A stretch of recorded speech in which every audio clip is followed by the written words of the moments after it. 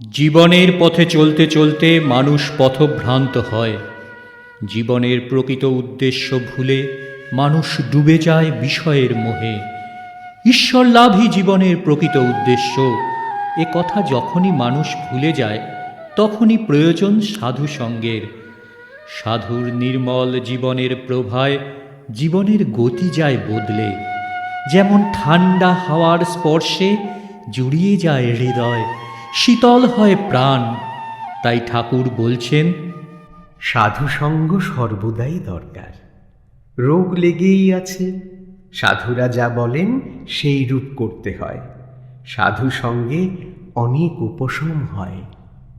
কবি গেয়েছেন, সাধু সঙ্গ নামে আছে পান্থধাম, শ্রান্ত হলে তথায় করিও বিশ্রাম। পথভ্রান্ত হলে শুধাইও পথ, সে পান্থ নিবাসী জনে